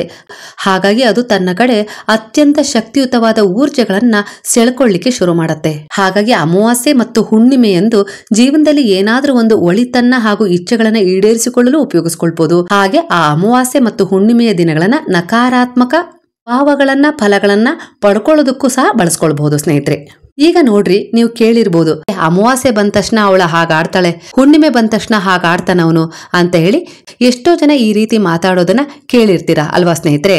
ಅದು ಕೂಡ ಇದಕ್ಕೆ ಸಂಬಂಧಪಟ್ಟಿರೋ ವಿಚಾರನೆ ಆಗಿದೆ ಸ್ನೇಹಿತರೆ. ಯಾಕಂದ್ರೆ ಈ ಸಮಯದಲ್ಲೇ ಹೆಚ್ಚಿನ ಊರ್ಜೆಗಳನ್ನ ಈ ದಿನಗಳು ಅಂದ್ರೆ ಅಮಾವಾಸ್ಯೆಯ ಹಿಂದಿನ ದಿನಗಳು, ಮುಂದಿನ ದಿನಗಳು, ಪರ್ಟಿಕ್ಯುಲರ್ ಆಗಿ ನಿಖರವಾದ ಆ ದಿನಗಳೇ ಪಡ್ಕೊಂಡಿರ್ತವೆ ಸ್ನೇಹಿತರೆ. ಹಾಗಾಗಿ ಇಂತಹ ದಿನಗಳಲ್ಲಿ ಹೆಚ್ಚಿನ ಊರ್ಜೆಗಳು ಆಕಾಶದಿಂದ ಭೂಮಿಯ ಕಡೆಗೆ ಸೆಳೆಯಲ್ಪಡ್ತವೆ. ಇಂತಹ ದಿನಗಳಲ್ಲಿ ನಮ್ಮ ಯೋಚನೆಗಳು, ಚಿಂತನೆಗಳು, ನಮ್ಮ ಕೋಪ ಆಗಿರ್ಬೋದು, ಮತ್ಸರ ಆಗಿರ್ಬೋದು, ಶತ್ರುತ್ವ ಆಗಿರ್ಬೋದು, ಏನೇ ಆಗಿರಲಿ ಅದು ಹೆಚ್ಚಿಗೆ ಪ್ರಮಾಣದಲ್ಲಿ ವೃದ್ಧಿ ಆಗತ್ತೆ. ಹಾಗೆ ನಾವು ಒಳ್ಳೆಯದನ್ನ ಯೋಚಿಸ್ತಾ ಇದೀವಿ, ಒಳ್ಳೆಯದನ್ನ ಬಯಸ್ತಾ ಇದೀವಿ, ಒಳ್ಳೆಯದನ್ನ ಪಡಿಲಿಕ್ಕೆ ಹಂಬಲಿಸ್ತಾ ಇದೀವಿ ಅಂದಾಗ್ಲೂ ಕೂಡ ಅದು ಕೂಡ ನಮಗೆ ಹೆಚ್ಚಿನ ಪ್ರಮಾಣದಲ್ಲಿ ಸಿಗತ್ತೆ ಸ್ನೇಹಿತರೆ. ಏನೇ ಆದ್ರೂ ನಮ್ಮ ನಕಾರಾತ್ಮಕತೆ ಆಗಿರ್ಬೋದು, ಸಕಾರಾತ್ಮಕತೆ ಆಗಿರ್ಬೋದು, ಅದರ ಊರ್ಜೆಗಳ ಪ್ರಮಾಣ ಸಮಯದಲ್ಲಿ ಹೆಚ್ಚಾಗಿ ನಮಗೆ ಸಿಗತ್ತೆ ಸ್ನೇಹಿತರೆ. ಹಾಗೆ ಈ ದಿನಗಳಲ್ಲಿ ಕೆಲವರಿಗೆ ಹೇಳ್ತಾರಲ್ಲ, ಮೈ ಮೇಲೆ ದೆವ್ವ ಬಂದಿದೆ, ಹಾಗಾಗಿ ಅಮಾವಾಸ್ಯೆ ದಿನ ಕರ್ಕೊಂಡು ಹೋಗ್ಬೇಕು, ಅವಾಗ ಬಿಡಿಸ್ತಾರೆ, ಹುಣ್ಣಿಮೆ ದಿನ ಕರ್ಕೊಂಡು ಹೋಗ್ಬೇಕು, ಅವಾಗ ಬಿಡಿಸ್ತಾರೆ ಅಂತ ಕೆಲವರು ಹೇಳ್ತಾರಲ್ಲ. ಹೀಗೆ ಹೇಳಿದ್ದು ತಪ್ಪಲ್ಲ ಸ್ನೇಹಿತರೆ, ಯಾವುದೂ ಇಲ್ಲಿ ತಪ್ಪಲ್ಲ. ಅದರ ಆಧಾರದ ಮೇಲೆ ವಿಜ್ಞಾನ ನಿಂತಿರೋದು. ಅಂದ್ರೆ ಇಂತಹ ದಿನಗಳ ಬಗ್ಗೆ ಅವರ ತಪ್ಪು ತಿಳುವಳಿಕೆ ಇದಕ್ಕೆ ಕಾರಣ ಆಗಿರುತ್ತೆ. ಅಮಾವಾಸ್ಯೆ ಅನ್ನೋದು ಕೆಟ್ಟದು, ಅಮಾವಾಸ್ಯೆ ದಿನ ದೆವ್ವ ಬರುತ್ತೆ, ಭೂತ ಬರುತ್ತೆ, ದೆವ್ವ ಸೇರ್ಕೊಳ್ಳುತ್ತೆ, ಕೆಟ್ಟದಾಗತ್ತೆ, ಹೊರಗಡೆ ಹೋದ್ರೆ ಹುಣ್ಣಿಮೆ ದಿನ ಕೆಟ್ಟದಾಗತ್ತೆ, ಹಾಗಾಗಿ ಎಲ್ಲೂ ಹೋಗ್ಬಾರ್ದು, ದೆವ್ವ ಭೂತ ಸೇರ್ಕೊಳ್ಳುತ್ತೆ, ಈ ರೀತಿಯ ಮನೋವ್ಯಾಕುಲತೆ ಇರುತ್ತಲ್ಲ, ಕೇವಲ ನೆಗೆಟಿವ್ ಆಗಿ ಥಿಂಕ್ ಮಾಡ್ತಾ ಇರ್ತಾರೆ. ಹಾಗಾಗಿ ಆ ಸಮಯದಲ್ಲಿ ನಮ್ಮ ಚಿಂತನೆಗಳಿಗೆ, ಯೋಚನೆಗಳಿಗೆ, ನಮ್ಮ ಮಾತುಗಳಿಗೆ ತಕ್ಕ ಹಾಗೆ ಈ ಪ್ರಕೃತಿಯಲ್ಲಿರುವ ನಕಾರಾತ್ಮಕತೆ ಅನ್ನೋದು ನಮ್ಮ ಕಡೆ ಸೆಳೆದು ಬರುತ್ತೆ ಸ್ನೇಹಿತರೆ. ಯಾಕಂದ್ರೆ ಆಕಾಶದಿಂದ ಭೂಮಿಗೆ ಹೆಚ್ಚಿನ ಶಕ್ತಿಯುತವಾದ ಊರ್ಜೆಗಳು ಭೂಮಿಗೆ ಸೆಳೆಯಲ್ಪಡ್ತಾ ಇದ್ದಾವೆ ಅಂದ್ರೆ ನಮ್ಮಲ್ಲಿರುವ ಈ ರೀತಿಯ ಆಲೋಚನೆಗಳು ಕೂಡ ನಮ್ಮನ್ನ ಸೆಳೆಯಲ್ಪಡ್ತವೆ ಸ್ನೇಹಿತರೆ. ಹಾಗಾಗಿ ಅವು ಕೂಡ ಬೇಗನೆ ಬಂದು ನಮ್ಮನ್ನ ಆವರಿಸ್ತವೆ. ಇಂತಹ ಸಮಯದಲ್ಲೇ ಮನುಷ್ಯ, ಒಂದು ಸಣ್ಣ ಮಗು ಆಗಿರ್ಬೋದು, ದೊಡ್ಡ ವ್ಯಕ್ತಿ ಆಗಿರ್ಬೋದು, ತನ್ನ ಮನಸ್ಸಿನ ಸ್ಥೀಮಿತವನ್ನ ಕಳ್ಕೊಂಡು ಹುಚ್ಚುಚ್ಚಾಗಿ ವರ್ತನೆ ಮಾಡ್ಲಿಕ್ಕೆ ಶುರು ಮಾಡ್ತಾನೆ ಸ್ನೇಹಿತರೆ. ಇಂತಹ ಸಂದರ್ಭದಲ್ಲಿ ನಾವು ಒಂದು ದೇವಸ್ಥಾನಕ್ಕೆ ಕರ್ಕೊಂಡು ಹೋಗ್ತೀವಿ ಅಂದ್ರೆ ಆ ದೇವಸ್ಥಾನದ ಸುತ್ತ ವಾತಾವರಣ ಮತ್ತೆ ಆ ದೇವಸ್ಥಾನದ ಗೋಪುರದ ನಿರ್ಮಾಣ ಒಂದು ವಾಸ್ತು ಪ್ರಕಾರ ನಿರ್ಮಾಣವಾಗಿರುತ್ತೆ. ಹೇಗೆ ಅಂದ್ರೆ ಆ ನಿರ್ಮಾಣ ಹೇಗಿರುತ್ತೆ ಅಂದ್ರೆ ಅದು ಸಕಾರಾತ್ಮಕ ಊರ್ಜೆಗಳನ್ನೇ ಸೆಳ್ಕೊಳ್ಳುವಂತಹ ನಿರ್ಮಾಣವಾಗಿರುತ್ತೆ. ಹಾಗೆ ಅಲ್ಲಿ ನಾವು ಶಕ್ತಿಯುತವಾದ ದೇವತೆಗಳನ್ನ ಆಹ್ವಾನ ಮಾಡಿ ಸಕಾರಾತ್ಮಕತೆಯನ್ನ ಹೆಚ್ಚಿಸುವ ಮಂತ್ರಗಳನ್ನ ಹೇಳಿ ಆ ದೇವರನ್ನ ಪ್ರತಿಷ್ಠಾಪನೆ ಮಾಡಿರ್ತೀವಿ. ಊರ್ಜೆಗಳು ಎಷ್ಟು ಪ್ರಮಾಣದಲ್ಲಿ ಹೆಚ್ಚಿರ್ತವೆ ಅಂದ್ರೆ ಆ ದೇವಸ್ಥಾನದ ಸುತ್ತಮುತ್ತ ಇರುವ ವಾತಾವರಣವೆಲ್ಲ ಸಕಾರಾತ್ಮಕತೆಯಿಂದನೇ ಕೂಡಿರುತ್ತೆ ಸ್ನೇಹಿತರೆ. ಹಾಗಾಗಿ ಇಂಥ ದೆವ್ವ ಹಿಡಿದಿದೆ, ಭೂತ ಹಿಡಿದಿದೆ, ಇನ್ನೇನೇನೋ ಹೇಳ್ತಾರಲ್ಲ, ಆ ಸಂದರ್ಭದಲ್ಲಿ ನಾವು ಅಂತಹ ದೇವಸ್ಥಾನಗಳಿಗೆ ಆ ಮಗುವನ್ನಾಗ್ಲಿ ಆ ವ್ಯಕ್ತಿಯನ್ನಾಗ್ಲಿ ಕರ್ಕೊಂಡು ಹೋದಾಗ ನಮ್ಮಲ್ಲಿರುವ ನಕಾರಾತ್ಮಕತೆಯ ವಿರುದ್ಧ ಸೋಲ್ಲಿಕ್ಕೆ ಶುರು ಮಾಡುತ್ತೆ. ಅಂದ್ರೆ ನಾವು ಸುತ್ತಮುತ್ತ ಇರೋ 4 ಜನ ಒಂದು ಮಗುವನ್ನ, ಒಂದು ವ್ಯಕ್ತಿಯನ್ನ ಕರ್ಕೊಂಡು ಹೋಗಿರ್ತೀವಿ ಅಂದ್ರೆ ನಮ್ಗೆ 4 ಜನಕ್ಕೂ ನಂಬಿಕೆ ಇರುತ್ತೆ, ಈ ದೇವ್ರ ಹತ್ರ ಬಂದಿದೀವಿ, ಇಲ್ಲಿ ಖಂಡಿತವಾಗಿ ಇವನು ವಾಸಿ ಆಗ್ತಾನೆ, ಈ ದೇವ್ರ ಶಕ್ತಿನೇ ಅಂತದಿದೆ, ಒಳ್ಳೇದಾಗತ್ತೆ ಅಂತ ಹೇಳಿ ಸಕಾರಾತ್ಮಕವಾಗಿ ನಾವು ಕೂಡ ಮಾತಾಡ್ತಾ ಇರ್ತೀವಿ. ನಮ್ಮ ಯೋಚನೆಗಳು ಕೂಡ ಅದೇ ರೀತಿ ಇರ್ತವೆ. ಆಗ ಏನಾಗುತ್ತೆ, ನಮ್ಮ 4-5 ಜನರ ಚಿಂತನೆಗಳು, ಯೋಚನೆಗಳು ಕೂಡ ಆ ಏನ್ ದೆವ್ವ ಹಿಡಿದಿರುತ್ತೆ, ಭೂತ ಹಿಡಿದಿರುತ್ತೆ ಅಂತ ಹೇಳ್ತೀವಲ್ವಾ, ನಕಾರಾತ್ಮಕತೆ ಆವರಿಸಿರುತ್ತಲ್ಲ, ಮನುಷ್ಯನಿಗಾಗಿರ್ಬೋದು ಆ ಮಗುವಿಗಾಗಿರ್ಬೋದು ಸಹಾಯ ಮಾಡ್ತವೆ. ಯಾಕಂದ್ರೆ ನಾವು ಕರ್ಕೊಂಡು ಹೋಗಿರೋ ಜಾಗನೂ ಸಕಾರಾತ್ಮಕವಾದ ಜಾಗ, ಹಾಗೆ ಸುತ್ತ ಇರುವ ಊರ್ಜೆಗಳು ಕೂಡ ಸಕಾರಾತ್ಮಕ ಊರ್ಜೆಗಳೇ. ಭಗವಂತ ಎಲ್ಲಿ ನೆಲೆಯಾಗಿರ್ತಾನೋ ಅಲ್ಲಿ ಸಕಾರಾತ್ಮಕವೇ ಇರುತ್ತೆ. ಯಾಕಂದ್ರೆ ನಕಾರಾತ್ಮಕತೆ ಅನ್ನೋದು ಅಲ್ಲಿ ಸುಳಿದಾಡೋದೇ ಇಲ್ಲ ಸ್ನೇಹಿತರೆ. ಹಾಗಾಗಿ ಅಂತಹ ಜಾಗಕ್ಕೆ ನಾವು ಕಾಲಿಟ್ಟ ತಕ್ಷಣ ನಮ್ಮ ಮೇಲೆ ಏನು ಒಂದು ಆತ್ಮ ಆಗಿರ್ಬೋದು, ಹುಚ್ಚಾಗಿರ್ಬೋದು ಕೆರಳಿರುತ್ತಲ್ಲ, ಅದು ನಿಧಾನವಾಗಿ ಸಕಾರಾತ್ಮಕತೆಯಲ್ಲಿ ಅವರ ನಕಾರಾತ್ಮಕತೆ ಕಳೆದು ಹೋಗ್ಬಿಡತ್ತೆ ಸ್ನೇಹಿತರೆ. ಹಾಗಾಗಿ ತಾನೇ ನಾವು ಹೇಳೋದು, ಯಾರಿಗಾದ್ರೂ ದೆವ್ವ ಹಿಡಿದಿದೆ, ಭೂತ ಹಿಡಿದಿದೆ, ಏನೋ ನಕಾರಾತ್ಮಕತೆಯಿಂದ ಮಂಕಾಗಿದ್ದಾನೆ ಅಂದಾಗ 5 ವಾರ ಅಮಾವಾಸ್ಯೆಗಾಗ್ಲಿ ಹುಣ್ಮೆಗಾಗ್ಲಿ ಒಂದು ದೇವಸ್ಥಾನಕ್ಕೆ ಹೋಗ್ತೀವಿ ಅಂತ ಹೇಳ್ಕೊಳ್ತೀವಿ. ಆ ಸಂದರ್ಭಕ್ಕೆ ಸರಿಯಾಗಿ ನಾವು 1-2 ದಿನ ಮುಂಚೆ, ಅಮಾವಾಸ್ಯೆ ಆಗಿರ್ಬೋದು, ಹುಣ್ಮೆ ಆಗಿರ್ಬೋದು, ನಾವು ಹೋಗ್ಲಿಕ್ಕೋಸ್ಕರ ಪ್ರಿಪೇರ್ ಮಾಡ್ಕೊಳ್ತೀವಿ. ಯಾವ ರೀತಿ ಸಜ್ಜಾಗ್ತೀವಿ ಹೇಳ್ರಿ? ಸಕಾರಾತ್ಮಕವಾದ ರೀತಿಯಲ್ಲಿ ಸಜ್ಜಾಗ್ತೀವಿ. ಹೋಗ್ಬೇಕು, ದೇವರು ತುಂಬಾ ಶಕ್ತಿಯುತವಾದ ದೇವರು, ಅಲ್ಲಿಗೆ ಹೋದ್ಮೇಲೆ ನನಗೆ ತುಂಬಾ ಒಳ್ಳೇದಾಗ್ತಾ ಇದೆ, ತಿಂಗಳಲ್ಲಿ ನನಗೆ ಯಾವ ರೀತಿ ಎಲ್ಲ ಹುಷಾರ್ ತಪ್ಪಿತ್ತು, ಈಗಾಗಲೇ ನಾನು ತುಂಬಾ ಸುಧಾರಿಸಿದ್ದೀನಿ, ಈ ಅಮಾವಾಸ್ಯೆಗೂ ಈ ಹುಣ್ಮೆಗೂ ಹೋದ್ರೆ ನಾನು ಇನ್ನೂ ಹೆಚ್ಚಿನ ಸುಧಾರಣೆ ಆಗ್ತೀನಿ. ಈ ರೀತಿ ಮನೋಭಾವಗಳು ನಮ್ಮಲ್ಲಿ 2 ದಿನಗಳ ಮುಂಚೆ, 3 ದಿನಗಳ ಮುಂಚೆನೆ ಶುರು ಆಗ್ಬಿಟ್ಟಿರ್ತವೆ. ಆಗ ಏನಾಗುತ್ತೆ, ಇಂತಹ ಸಕಾರಾತ್ಮಕ ವಿಚಾರಗಳು ಹೆಚ್ಚಿನ ಶಕ್ತಿಯ ಸಕಾರಾತ್ಮಕ ಊರ್ಜೆಗಳನ್ನ ನಮ್ಮಲ್ಲಿ ಬಿಡುಗಡೆ ಮಾಡ್ತವೆ. ಆಗ ನಮ್ಮಲ್ಲಿ ಧೈರ್ಯ, ಆತ್ಮವಿಶ್ವಾಸ, ಶಕ್ತಿ ಮೂಡ್ಲಿಕ್ಕೆ ಶುರುವಾಗುತ್ತೆ. ದೇಹದಲ್ಲಾಗಿರ್ಬೋದು, ಮನಸ್ಸಲ್ಲಾಗಿರ್ಬೋದು, ಆತ್ಮದಲ್ಲಾಗಿರ್ಬೋದು ಸ್ನೇಹಿತರೆ. ಹಾಗೆ ಅದನ್ನೇ ವೈಜ್ಞಾನಿಕವಾಗಿ ಹೇಳೋದಾದ್ರೆ ಧ್ಯಾನ ಮಾಡುವ ಪ್ರಾರ್ಥನೆ ಸ್ನೇಹಿತರಲ್ಲಿ ನಾವು ಸಕಾರಾತ್ಮಕ ಊರ್ಜೆಗಳನ್ನ ಹೆಚ್ಚು ಹಿಡ್ಕೊಂಡು ಆ ದೇವಸ್ಥಾನಕ್ಕೆ ಹೋಗ್ತಾ ಇರ್ತೀವಿ ಅಂದಾಗ ಅದೇ ತರಹ ನಮಗೂ ಕೂಡ ಆಕಾಶದಿಂದ ಹರಿದು ಬರುತ್ತಿರುವ ಸಕಾರಾತ್ಮಕ ಶಕ್ತಿಯ ಊರ್ಜೆಗಳು ಕೂಡ ನಮ್ಮ ಜೊತೆಗೆ ಸೇರ್ಕೊಳ್ತವೆ. ಎರಡೂ ಬಲ ನಮಗೆ ಸೇರೇನಾಗತ್ತೆ, ನಮ್ಮಲ್ಲಿ ಇನ್ನೂ ಹೆಚ್ಚಿನ ಶಕ್ತಿ ಬಿಡುಗಡೆ ಆಗುತ್ತೆ, ಧೈರ್ಯ, ಆತ್ಮವಿಶ್ವಾಸ ಹೆಚ್ಚುತ್ತೆ. ಆಗ ನಮ್ಮಲ್ಲಿರುವ ನ್ಯೂನ್ಯತೆಗಳು, ನಕಾರಾತ್ಮಕತೆಯ ನ್ಯೂನ್ಯತೆಗಳು ಮಾಯವಾಗ್ತಾ ಹೋಗ್ತವೆ ಸ್ನೇಹಿತರೆ, ಅಂದ್ರೆ ಹಿಂದೆ ಸರಿತವೆ. ಸಮಯದಲ್ಲಿ ಕೆಟ್ಟದನ್ನ ಯೋಚಿಸ್ಲಿಕ್ಕೆ ಶುರು ಮಾಡೋದಿಲ್ಲ. ನಮ್ಗೆ ಒಳ್ಳೇದಾಗತ್ತೆ, ಇಲ್ಲಿಗೆ ಬಂದ್ಮೇಲೆ ನಂಗೆ ತುಂಬಾ ಒಳ್ಳೇದಾಗಿದೆ, ಎಲ್ಲ ಒಳ್ಳೇದಾಗತ್ತೆ ಅಂತ ಹೇಳಿ ನಾವೇನ್ ಅನ್ಕೊಳ್ತೀವಲ್ವಾ, ಅದರ ಆಧಾರದ ಮೇಲೆ ನಾವು ಒಳಿತನ ಕಾಣ್ತೀವಿ. ಅಲ್ಲಿ ಶಕ್ತಿ ಇಲ್ಲ ಅಂತಲ್ಲ, ಆ ದೇವರಿಗೆ ಶಕ್ತಿ ಇಲ್ಲ ಅಂತ ನಾನು ಹೇಳ್ತಾ ಇಲ್ಲ. ಮೊದಲು ನಮ್ಮಲ್ಲಿರುವ ಸಕಾರಾತ್ಮಕ ಗುಣಗಳೇ ನಮ್ಮನ್ನ ಕಾಪಾಡೋದು ಸ್ನೇಹಿತರೆ. ಅಂದ್ರೆ ದುರ್ಬಲ ಮನಸ್ಥಿತಿಯವರು ಎಲ್ಲಿಂದ ಎಲ್ಲಿಯವರೆಗೂ ಹೋದ್ರು ಸಾಧನೆ ಮಾಡ್ಲಿಕ್ಕೂ ಆಗೋದಿಲ್ಲ, ಜೀವನದಲ್ಲಿ ಏನನ್ನೂ ಸಾಧಿಸ್ಲಿಕ್ಕೂ ಆಗೋದಿಲ್ಲ ಸ್ನೇಹಿತರೆ. ಅವರು ಕೇವಲ ಭಯದ ಆಲೋಚನೆಯಲ್ಲೇ ಮುಳುಗಿರ್ತಾರೆ. ಏನಾಗ್ಬಿಡುತ್ತೋ ಏನೋ, ನಾಳೆ ಏನಾಗುತ್ತೋ ಏನೋ, ಇವತ್ತೇನಾಗುತ್ತೋ ಏನೋ, ಈ ಕ್ಷಣ ಏನಾಗುತ್ತೋ ಏನೋ, ಇದೇ ರೀತಿಯ ಆಲೋಚನೆಯನ್ನ ಮಾಡ್ತಾ ಇರ್ತಾರೆ. ನನ್ನಿಂದ ಏನೂ ಸಾಧ್ಯ ಆಗೋದಿಲ್ಲ, ಯಾರೂ ಸಪೋರ್ಟ್ ಮಾಡ್ತಾ ಇಲ್ಲ, ನನ್ನ ಜೊತೆಗೆ ಯಾರೂ ಇಲ್ಲ, ಈ ರೀತಿಯ ಮನೋಭಾವನೆಗಳು, ಖಿನ್ನತೆಗಳು ಅವರನ್ನ ಕಾಡ್ತಾನೆ ಇರ್ತವೆ ಸ್ನೇಹಿತರೆ. ಈ ಖಿನ್ನತೆಗಳಿಂದನೂ ಕೂಡ ನಾವು ಹೊರಗೆ ಬರ್ಬೋದು. ಆದ್ರೆ ಆ ದುರ್ಬಲ ಮನಸ್ಥಿತಿನ ನಾವು, ನಕಾರಾತ್ಮಕತೆಯನ್ನ ಮೊದಲು ತೊರಿಬೇಕು. ನಾನು ಇಲ್ಲಿ ಹುಟ್ಟಿದ್ದೀನಿ, ಭಗವಂತನ ಸೃಷ್ಟಿಯಲ್ಲಿ ಪ್ರಕೃತಿಯಲ್ಲಿ ನಾನೂ ಒಬ್ಬನಾಗಿದ್ದೀನಿ ಅಂದಮೇಲೆ ನನ್ನಲ್ಲೂ ಕೂಡ ಅವನ ಅಂಶವಿದೆ. ನಾನೂ ಕೂಡ ಎಲ್ಲವನ್ನ ಎದುರಿಸಬಲ್ಲೆ. ದುರ್ಬಲನಲ್ಲ ನಾನು, ಶಕ್ತಿವಂತ. ನಾನು ಕೂಡ ಏನನ್ನಾದರೂ ಸಾಧಿಸಬಲ್ಲೆ. ತುಂಬ ಅಲ್ಲದ್ರೂ ನನ್ನ ಮಟ್ಟಿಗಾದರೂ ನನ್ನ ಕುಟುಂಬದ ಮಟ್ಟಿಗಾದರೂ ನಾನು ಒಂದು ಸಾಧನೆ ಮಾಡಬಲ್ಲೆ ಅಂತ ಹೇಳಿ ಅವನಿಗೆ ಎಲ್ಲಿಯವರೆಗೂ ಒಂದು ಸಕಾರಾತ್ಮಕ ಮನೋಭಾವನೆ ಮೂಡೋದಿಲ್ವೋ ಅಲ್ಲಿಯವರೆಗೂ ಅವನು ದುರ್ಬಲನಾಗೇ ಉಳಿತಾನೆ ಸ್ನೇಹಿತರೆ. ಇದೇ ಆತ್ಮವಿಶ್ವಾಸ ಅನ್ನೋದು. ಹಾಗಾಗಿ ಸ್ನೇಹಿತರೆ, ಅಮಾವಾಸ್ಯೆಯ ಮುಂದಿನ ದಿನಗಳಾಗಿರ್ಬೋದು, ಹಿಂದಿನ ದಿನಗಳಾಗಿರ್ಬೋದು, ಹಾಗೆ ಹುಣ್ಣಿಮೆಯ ಹಿಂದಿನ ದಿನಗಳಾಗಿರ್ಬೋದು, ಮುಂದಿನ ದಿನಗಳಾಗಿರ್ಬೋದು ಸ್ನೇಹಿತರೆ, ಇವು ಹೆಚ್ಚಿನ ಊರ್ಜೆಗಳನ್ನು ಹೊಂದಿರ್ತವೆ. ಆಕಾಶದಿಂದ ನೇರವಾಗಿ ನಮಗೆ ಹೆಚ್ಚಿನ ಊರ್ಜೆಗಳು ರವಾನೆ ಆಗ್ತಾ ಇರ್ತವೆ ಸ್ನೇಹಿತರೆ. ಅಮಾವಾಸ್ಯೆ ದಿನ ಕತ್ಲಲ್ಲ, ಹೇಗೆ ನಮಗೆ ಚಂದ್ರ ಕಾಣ್ತಾನೆ, ಹೇಗೆ ನಮಗೆ ಆಕಾಶದಿಂದ ಹೆಚ್ಚಿನ ಊರ್ಜೆಗಳು, ಒಳ್ಳೆಯ ಸಕಾರಾತ್ಮಕ ಊರ್ಜೆಗಳ ಸಿಗ್ತವೆ ಅಂತ ಹೇಳಿ ನಾವು ಹೇಳ್ಬೋದು ಸ್ನೇಹಿತರೆ. ಕೇಳ್ಬೋದು ಸ್ನೇಹಿತರೆ, ಚಂದ್ರನ ಹುಟ್ಟೆ ಅಮಾವಾಸ್ಯೆ ಸ್ನೇಹಿತರೆ. ಆ ದಿನ ಅವನು ಒಂದು ಸಣ್ಣ ಪ್ರಮಾಣದಲ್ಲಿ ಭ್ರೂಣದ ರೀತಿಯಲ್ಲಿ ಹುಟ್ಟಲಿಕ್ಕೆ ಶುರು ಮಾಡ್ತಾನೆ. ಮಾರನೇ ದಿವಸ ಒಂದು ಎಳೆಯ ರೂಪದಲ್ಲಿ ಕಾಣಿಸ್ಕೊಳ್ಳಿಕ್ಕೆ ಶುರು ಮಾಡ್ತಾನೆ ಅಲ್ವಾ ಸ್ನೇಹಿತರೆ. ಅಮಾವಾಸ್ಯೆ ಅನ್ನೋದು ಕೆಟ್ಟದ್ದು ಅಲ್ಲೇ ಅಲ್ಲ. ಹಾಗಾಗಿ ಅಮಾವಾಸ್ಯೆ ಅನ್ನೋದು ಎಂದಿಗೂ ಕೆಟ್ಟದಲ್ಲ. ಆ ದಿನ ಕೂಡ ಆಕಾಶದಿಂದ ಸಕಾರಾತ್ಮಕ ಊರ್ಜೆಗಳು ಭೂಮಿಯ ಕಡೆಗೆ ಬರ್ತಾನೆ ಇರ್ತವೆ ಸ್ನೇಹಿತರೆ. ಆ ಸಮಯದಲ್ಲಿ ನಮ್ಮ ಸುತ್ತ ಇರುವ ಪರಿಸರದ ನಕಾರಾತ್ಮಕತೆ ಹಾಗೆ ನಮ್ಮ ಮನಸ್ಸಿನ ನಕಾರಾತ್ಮಕತೆ ಸೇರಿದಾಗ ಮಾತ್ರ ನಮಗೆ ಕೆಟ್ಟದಾಗತ್ತೆ ಹೊರತು ಯಾವುದೇ ಕಾರಣಕ್ಕೂ ಅಮಾವಾಸ್ಯೆ ಮತ್ತು ಹುಣ್ಣಿಮೆ ನಮಗೆ ಕೆಟ್ಟದ್ದು ಮಾಡೋದಿಲ್ಲ ಸ್ನೇಹಿತರೆ. ಆಲೋಚನೆಗಳಾಗಿರ್ಬೋದು, ಚಿಂತನೆಗಳಾಗಿರ್ಬೋದು, ನಮ್ಮ ಯೋಜನೆಗಳಾಗಿರ್ಬೋದು, ಈ ರೀತಿಯ ನಾವು ತೆಗೆದುಕೊಳ್ಳುವ ತೀರ್ಮಾನಗಳಾಗಿರ್ಬೋದು ನಮ್ಮನ್ನ ನಕಾರಾತ್ಮಕತೆಗೆ ತಳ್ಳಿ ಈ ಸುತ್ತ ಇರುವ ಪರಿಸರದಲ್ಲೂ ಕೂಡ ನಕಾರಾತ್ಮಕತೆ ಅನ್ನೋದು ಇರುತ್ತಲ್ಲ, ಆ ಸಮಯದಲ್ಲಿ ಆಕಾಶದಿಂದ ಹೆಚ್ಚಿನ ಸಕಾರಾತ್ಮಕ ಶಕ್ತಿಯ ಊರ್ಜೆಗಳು ಬರ್ತಾ ಇರ್ತವೆ. ಆ ಸಮಯದಲ್ಲಿ ನಮ್ಮ ಒತ್ತಡದ ನಕಾರಾತ್ಮಕ ಊರ್ಜೆಗಳು ಈ ಪ್ರಕೃತಿಯಲ್ಲಿರುವ ನಕಾರಾತ್ಮಕ ಊರ್ಜೆಗಳನ್ನ ಸೆಳೆದುಕೊಳ್ಳಿಕ್ಕೆ ಶುರು ಮಾಡ್ತವೆ. ಆಗ ಏನಾಗತ್ತೆ ಅಂದ್ರೆ ದುರ್ಬಲ ಮನಸ್ಥಿತಿಯವರು ಅಂದರೆ ಅವರಿಗೆ ಸಣ್ಣಕ್ಕಿದ್ದಂಗಿಂದನೂ ಒಂಥರ ಭಯ, ಏನಾಗ್ಬಿಡುತ್ತೋ ಏನೋ, ಅಮಾವಾಸ್ಯೆ ಇದೆ ಏನಾಗುತ್ತೋ ಏನೋ, ಅಮಾವಾಸ್ಯೆ ಇದೆ ಹೊರಗೆ ಹೋಗ್ಬಾರ್ದು, ಅಮಾವಾಸ್ಯೆ ಇದೆ ಇವತ್ತು ಹಾಗಾಗತ್ತೆ ಹೀಗಾಗತ್ತೆ, ಮತ್ತು ಅಮಾವಾಸ್ಯೆ ದಿನ ಅಲ್ಲಿ ಹಾಗಾಯ್ತಂತೆ ಇಲ್ಲಿ ಹೀಗಾಯ್ತಂತೆ ಅವ್ರು ಸತ್ತೋದ್ರಂತೆ ಹೀಗೆ ಹಾಗೆ ಅಂತ ಯೋಚನೆ ಮಾಡ್ತಾ ಇರ್ತಾರಲ್ಲ. ಆ ದುರ್ಬಲ ಯೋಚನೆಗಳ ಜೊತೆಗೆ ದುರ್ಬಲವಾದ ನಕಾರಾತ್ಮಕತೆಯ ಪರಿಸರದಲ್ಲಿರುವ ಸುತ್ತಮುತ್ತ ಇರುವ ಪರಿಸರದಲ್ಲಿರುವ ನಕಾರಾತ್ಮಕತೆಯ ವಿಚಾರಗಳಿಂದನೇ ಇವರು ಸೆಳಿತಾ ಇರ್ತಾರೆ. ಹಾಗಾಗಿ ಅವರು ಇನ್ನೂ ಹೆಚ್ಚಿನ ನಕಾರಾತ್ಮಕತೆಗೆ ಒಳಗಾಗಿ ಖಿನ್ನತೆಗೆ ಜಾರಿ, ಈ ರೀತಿ ಮಾನಸಿಕ ಒತ್ತಡಕ್ಕೆ ಜಾರಿ, ಈ ರೀತಿಯ ನಕಾರಾತ್ಮಕ ಶಕ್ತಿಗಳಿಗೆ ಬಲಿಯಾಗಿರ್ತಾರೆ ಸ್ನೇಹಿತರೆ. ಅದೇ ಒಬ್ಬ ಮನುಷ್ಯ ಅಮಾವಾಸ್ಯೆ ಆದ್ರೂ ನಾನು ಕಾಡಲ್ಲಿ ಓಡಾಡ್ ಬರ್ತೀನಿ ಅಂತ ಹೇಳಿ ಏನು ಓಡಾಡ್ತಾನಲ್ಲ, ಅವನಲ್ಲಿ ಹೆಚ್ಚಿನ ಪ್ರಮಾಣದ ಸಕಾರಾತ್ಮಕತೆ ಇರುತ್ತೆ. ಹಾಗೆ ಅವನು ಸಣ್ಣವನಿದ್ದಾಗಿಂದನೂ ಭಯ ಪಡ್ಕೊಂಡಿರಲ್ಲ ಯಾವುದಕ್ಕೂ. ಅಮಾವಾಸ್ಯೆ ಇರ್ಲಿ ಮಾಮೂಲಿ ದಿನಗಳಿರ್ಲಿ ಅವನಿಗೆ ಎರಡೂ ಒಂದೇ ಆಗಿರ್ತವೆ. ಹಾಗಾಗಿ ಅಮಾವಾಸ್ಯೆ ಮತ್ತೆ ಹುಣ್ಣಿಮೆಯ ದಿನಗಳು ಮಾಮೂಲಿ ದಿನಗಳನ್ನ ಅವನು ಭಿನ್ನವಾಗಿ ನೋಡಿರಲ್ಲ, ಎಲ್ಲವೂ ಒಂದೇ ದಿನಗಳು ಅಂತಾನೆ ಅವನು ಅನ್ಕೊಂಡಿರ್ತಾನೆ. ಈ ರೀತಿಯಾದ ಸಕಾರಾತ್ಮಕ ಊರ್ಜೆಗಳು ಅವನಲ್ಲಿ ಹೆಚ್ಚಿರ್ತವೆ. ಆ ಸಮಯದಲ್ಲಿ ಪ್ರಕೃತಿಯಲ್ಲಿರುವ ವಾತಾವರಣದಲ್ಲಿರುವ ಸಕಾರಾತ್ಮಕ ಊರ್ಜೆಗಳು ಅವನ ಜೊತೆಗೆ ಸೇರ್ತವೆ. ಹಾಗೆ ಆಕಾಶದ ಕಡೆಯಿಂದ ಹರಿದು ಬರುತ್ತಿರುವ ಶಕ್ತಿಯ ಸಕಾರಾತ್ಮಕ ಊರ್ಜೆಗಳು ಅವನ ಜೊತೆಗೆ ಸೇರಿ ಅವನು ಬಹಳ ಆತ್ಮಬಲದ ವ್ಯಕ್ತಿಯಾಗಿ ಬದಲಾಗ್ತಾನೆ ಸ್ನೇಹಿತರೆ. ಹಾಗಾಗಿ ಒಂದೊಂದ್ಸರಿ ಅಮಾವಾಸ್ಯೆ ಆಗಿರ್ಬೋದು, ಹುಣ್ಣಿಮೆ ಆಗಿರ್ಬೋದು, ಎಲ್ಲೋ ದೇವ್ರಿಗೆ ಹೋದಾಗ ಆಕ್ಸಿಡೆಂಟ್ ಆಗ್ಬಿಡುತ್ತೆ ಅಂತ ಹೇಳ್ತೀವಲ್ವಾ, ಅದರಲ್ಲಿ ಎಲ್ಲರೂ ಸಕಾರಾತ್ಮಕ ಆಲೋಚನೆಗಳಿರೋ ಮನೋಭಾವದ ವ್ಯಕ್ತಿಗಳೇ ಆಗಿರೋದಿಲ್ಲ ಸ್ನೇಹಿತರೆ. 9 ಜನ ಹೋಗ್ತಾ ಇದ್ದೀವಿ ಅಂದ್ರೆ 7 ಜನ ಬರೀ ನಕಾರಾತ್ಮಕತೆ ಬಗ್ಗೆ ಚಿಂತಿಸ್ತಾ ಯೋಜಿಸ್ತಾ ಇರ್ತಾರೆ.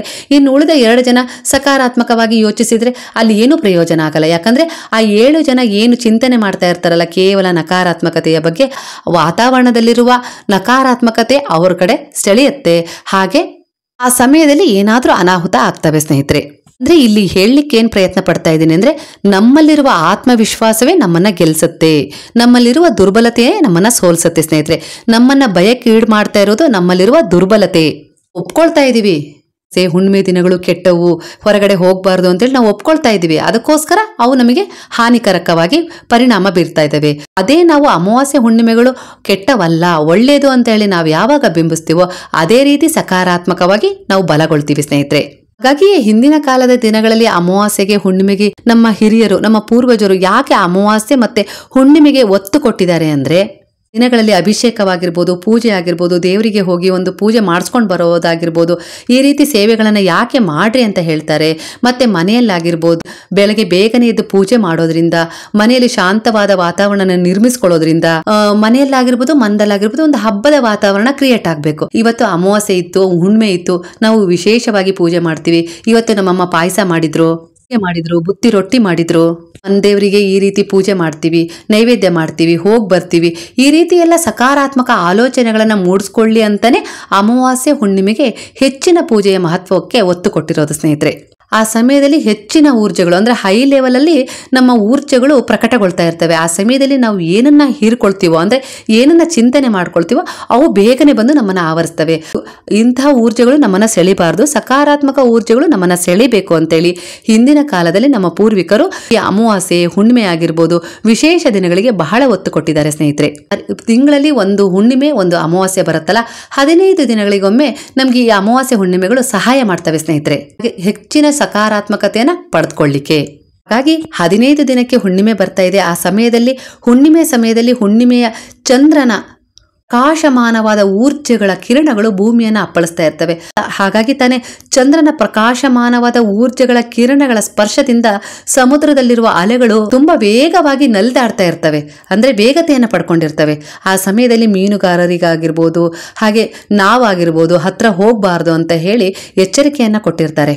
ಯಾಕಂದ್ರೆ ನೀರು ಪಂಚಭೂತಗಳಲ್ಲಿ ಒಂದು ತಾನೆ, ಅದು ಈ ಪ್ರಕೃತಿಯ ಸ್ಪರ್ಶಕ್ಕೆ, ಆ ಊರ್ಜೆಗಳ ಸ್ಪರ್ಶಕ್ಕೆ ಒಳಗಾಗಿರುತ್ತೆ.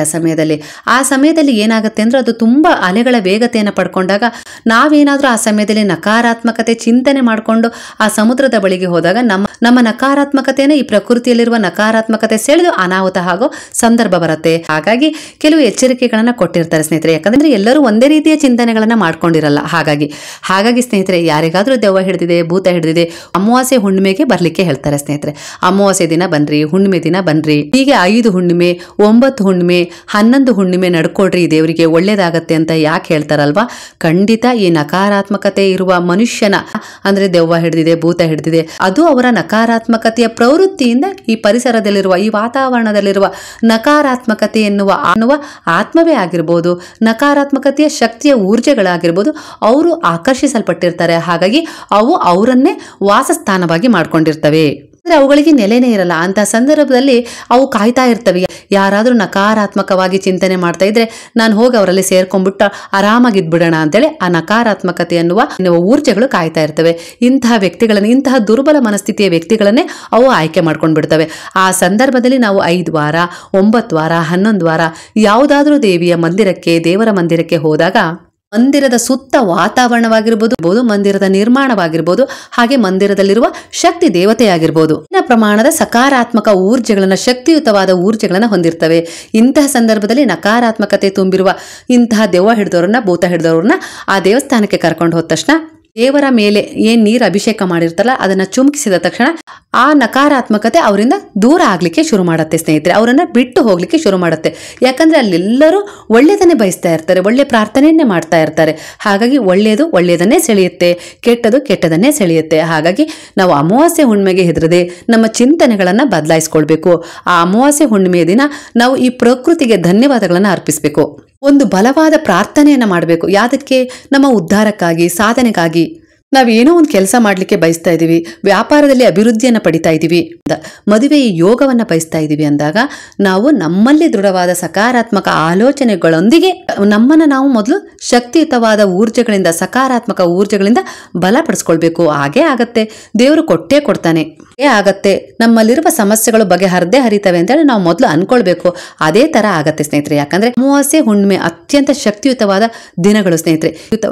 ಈ ಆಕಾಶದಿಂದ ಬರ್ತಾ ಇರುವ ಶಕ್ತಿಯುತವಾದ ಊರ್ಜೆಗಳನ್ನ ಹೆಚ್ಚಿನ ಪ್ರಮಾಣದಲ್ಲಿ ಈ ಅಮಾವಾಸ್ಯೆ ಮತ್ತು ಹುಣ್ಣಿಮೆಯ ದಿನಗಳು ಸೆಳ್ಕೊಳ್ತವೆ. ಹಾಗಾಗಿ ಅಮಾವಾಸ್ಯೆಯ ಹಿಂದಿನ 2 ದಿನಗಳು, ಅಮಾವಾಸ್ಯೆಯ ಮುಂದಿನ 2 ದಿನಗಳು, ಅಮಾವಾಸ್ಯೆ ಆಗಿರ್ಬೋದು 5 ದಿನಗಳಾಯ್ತು. ಈ ದಿನಗಳಲ್ಲಿ ನಾವು ಯಾವ ರೀತಿ ಒಳ್ಳೆಯ ಪ್ರಾರ್ಥನೆಯನ್ನ ಮಾಡ್ತೀವೋ ಆ ಪ್ರಾರ್ಥನೆ ಖಂಡಿತ ಫಲ ಕೊಡುತ್ತೆ ಸ್ನೇಹಿತರೆ. ಎಲ್ಲೂ ಯಾವ ದೇವಸ್ಥಾನಕ್ಕೂ ಹೋಗಕ್ಕಾಗಲ್ಲ ಅಂದ್ರು ಮನೆಯಲ್ಲೇ ಕೂತ್ಕೊಂಡು ಬಾಬಾರವರ ಎದುರಿಗೆ ಒಂದು ಪ್ರಾರ್ಥನೆಯನ್ನ ಮಾಡ್ಕೊಡ್ರಿ, ಖಂಡಿತ ಒಳ್ಳೇದಾಗತ್ತೆ ಸ್ನೇಹಿತರೆ. ಇನ್ನೊಂದೇನು ಗೊತ್ತಾ, ನಮ್ಮ ದುರ್ಬಲತೆಗೆ ಕಾರಣ ಖಿನ್ನತೆ ಆಗಿರತ್ತೆ.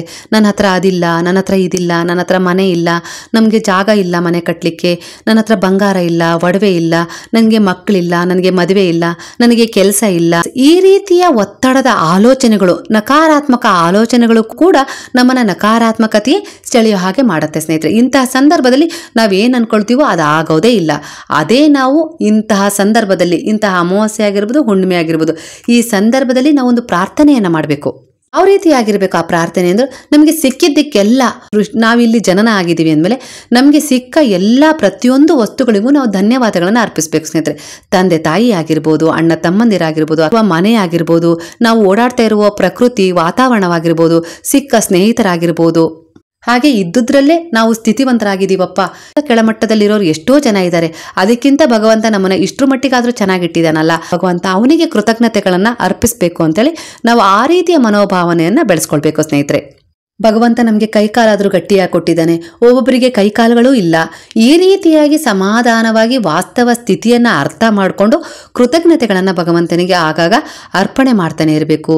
ಯಾವಾಗೆಲ್ಲ ಜೀವನದಲ್ಲಿ ಧೃತಿಗೆಟ್ಟು ನಕಾರಾತ್ಮಕ ಆಲೋಚನೆಗಳಿಗೆ ಬಲಿಯಾಗ್ತೀವೋ, ಜೀವನದಲ್ಲಿ ಕೇವಲ ನಿರಾಸೆ, ಆಲಸ್ಯ, ಸೋಮಾರಿತನವನ್ನ ತುಂಬಿಕೊಂಡು ಇದೇ ನನ್ನ ಹಣೆಯ ಬರಹ ಅಂತೇಳಿ ಒಪ್ಕೊಳ್ತೀವೋ, ಅಂತಹ ಸಂದರ್ಭದಲ್ಲಿ ಗುರುವಿನ ರೂಪದಲ್ಲಿ ಅರಿವಾಗಿ ಅವರು ನಮ್ಮ ಜೀವನದಲ್ಲಿ ಬಂದು ಅರಿವನ್ನ ಮೂಡಿಸ್ತಾರೆ.